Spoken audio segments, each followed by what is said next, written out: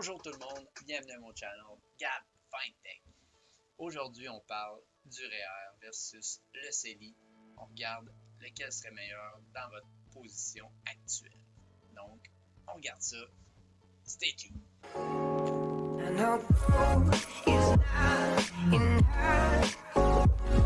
Ce qu'il faut savoir du REER puis du CELI, c'est que c'est deux régimes enregistrés d'épargne profitable qui sont à l'abri de l'impôt de leur façon chacun.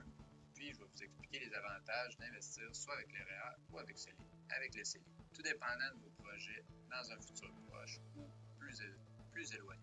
Donc si votre projet à moyen court terme, c'est d'investir pour une maison, ce qui est bon, c'est d'investir dans votre REER pour pouvoir le rapper, comme vous pouvez déjà avoir pu entendre.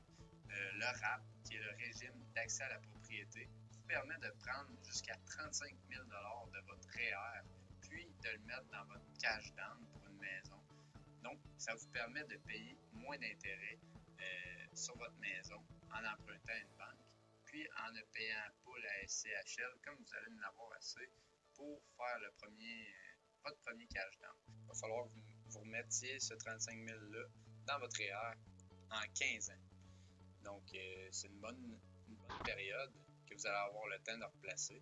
Puis, vous pouvez avoir jusqu'à 70 000 $ pour un RAP en ayant votre conjoint qui vous accompagne dans le RAP.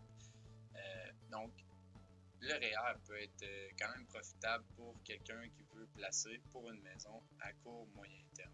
Pour une première maison, parce que une deuxième maison, vous n'aurez pas le droit à ce régime-là de RAP. Puis vous n'aurez pas le droit à ce régime-là si votre conjoint a déjà eu une maison. Donc c'est vraiment votre première maison à vous et votre conjoint, ou juste à vous si vous êtes tout seul. Maintenant, si vos projets en fait, c'est de voyager, faire le tour du monde, voyager 2-3 fois par année ou juste même une fois, le CELI peut être une bonne option pour vous parce que vous allez pouvoir le retirer quand bon vous semble.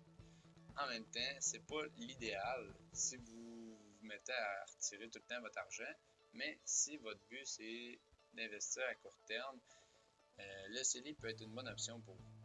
Le CELI, ce qu'il faut savoir, c'est que vous pouvez mettre jusqu'à 6 000 $ en 2021. Vous pouvez mettre jusqu'à 6 000 $ dans votre compte par année. Jusqu'à concurrence de 70 000 si vous avez eu 18 ans en 2009. Comme moi, j'ai eu 18 ans en 2013, fait que mon maximum de cotisation, c'est 50 000 $ environ. Cette année, ça va être jusqu'à 56 000 en 2021. Ce qui est bon avec le CELI, c'est que l'intérêt, vous n'êtes pas imposé sur l'intérêt du tout que vous faites. Donc, si vous faites un 10 % d'intérêt par année, bien, cet intérêt-là, vous ne payez aucun impôt. Tandis que le REER, vous payez de l'impôt à la fin, à votre retraite, tandis que vous n'en payez pas au début sur votre salaire. Donc, c'est bon pour les personnes qui font un gros salaire pour avoir un taux d'imposition moindre.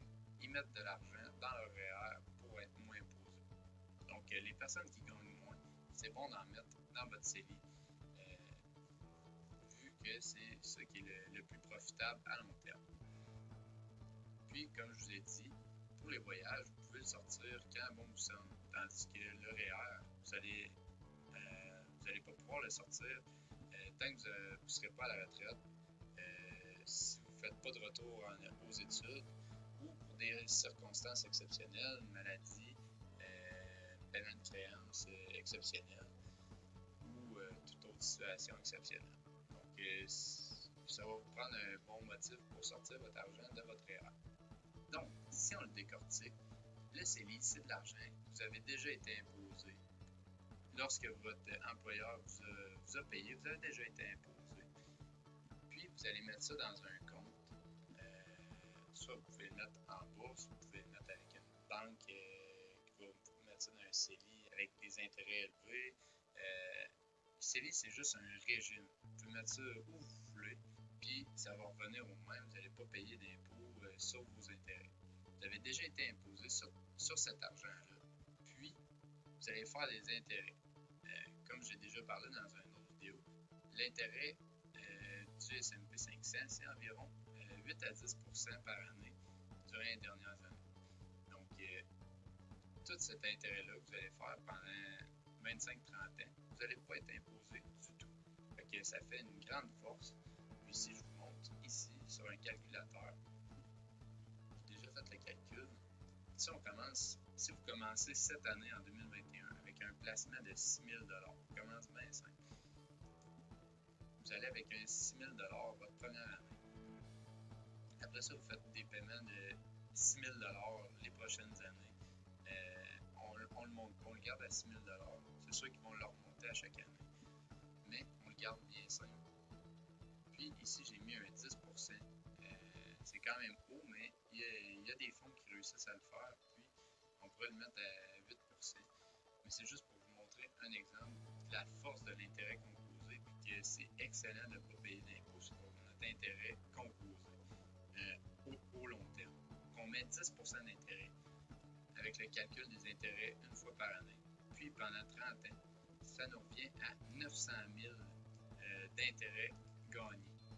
Donc, si vous aviez mis ça dans un REER, vous auriez payé sans doute jusqu'à 50-55 % d'impôts si vous essayez de sortir ça juste one shot. Mais vous pouvez le sortir sur un plus long terme puis payer moins d'impôts. Tandis qu'un CELI, ce 900 000-là vous permet d'aller vous chercher une Ferrari, une Lamborghini sans être imposé. Puis, vous en servez comme vous voulez. Vous voulez vous acheter un chalet, un condo en Floride, c'est votre 900 000 d'intérêt fait, donc vous n'êtes pas imposé dessus. Donc c'est une grande force du CELI. Puis si vous placez ça assez bien, il ne faut pas placer ça dans un 2 % par année. Il faut placer ça dans des bons fonds qui vont vous rapporter beaucoup d'intérêt. Le CELI va vous faire fleurir votre argent, puis vous n'allez pas être imposé sur cet argent-là. Comme ici, on a mis 180 000 $ au départ, puis on est rendu avec un 905 000 d'intérêt. Donc, c'est beaucoup d'intérêt. Puis, être imposé sur cet intérêt-là, c'est assez flagrant comme perte. On peut imaginer qu'on pourrait payer jusqu'à 450 000 $ en impôts si on a déjà, supposons, un fonds de pension ou si on a d'autres revenus à la retraite, mais en fait, on risque de payer beaucoup d'impôts. Le CELI, c'est un bon produit, puis ça peut vous faire profiter sur votre argent. Donc, un REER, si on le décortique, comment ça marche? En fait, c'est de l'argent qu'on n'est pas imposé dans l'année en cours. Donc, si on met un 10 000 $ dans un REER, puis on a été imposé pour un taux marginal de 33 %, en fait, on va avoir 3,3 000 $ pour un 10 000 de placer dans un REER. Donc, cet argent-là, on peut s'en servir comme on veut. On peut la replacer directement dans un REER ou même dans un CELI. À notre taux d'impôt, on peut s'en servir de cet argent-là puis la faire profiter aussi. Donc, c'est une belle force pour un REER. Comment ça marche? C'est qu'on peut mettre un maximum de 18 % de nos revenus. Donc, si j'ai gagné 100 000 $ cette année, ben, je peux mettre 18 000 $ dans mes REER. Puis, c'est jusqu'à un maximum de 27 830 $. Aussi, il faut que vous regardiez si votre employeur paye déjà un fonds de pension. Ça peut influencer vos cotisations maximum. Donc, c'est à regarder. Puis, le maximum pour pouvoir cotiser à un REER, c'est le 1er mars de l'année prochaine. Donc, si en ce moment on est en 2021, le maximum pour pouvoir cotiser pour 2021, c'est en mars 2022. Donc, ça va compter pour 2021 si vous avez placé ça avant 1er mars 2022. Si on calcule pour 2020, vous avez jusqu'à mars 2021 pour cotiser si vous voulez que ça soit calculé dans votre REER 2020. Donc, si vous voulez avoir un bon retour pour l'année 2020, vous avez jusqu'au 1er mars pour cotiser à votre REER. Donc, comme je vous ai dit, c'est de l'argent qui n'est pas imposé au départ dans l'année en cours, mais vous allez être imposé à votre retraite ou lorsque vous le retirez dans des circonstances plus exceptionnelles. Le REER, il est surtout intéressant lorsqu'on veut rapper, puis lorsqu'on a un gros revenu, en fait, puis qu'on veut payer moins d'impôts. Supposons, lorsqu'on fait environ 75 000 et plus, ça commence à être intéressant parce qu'on commence à payer beaucoup d'impôts. Donc, si on veut économiser de l'impôt, c'est bon d'en mettre dans nos REER pour faire profiter cet argent-là, puis avoir un bon retour d'impôt. Puis, comme je vous ai déjà présenté, les personnes qui font un gros revenu, avec le fonds FTQ, vous pouvez mettre jusqu'à 5 000 $, puis avoir un crédit de 30 %.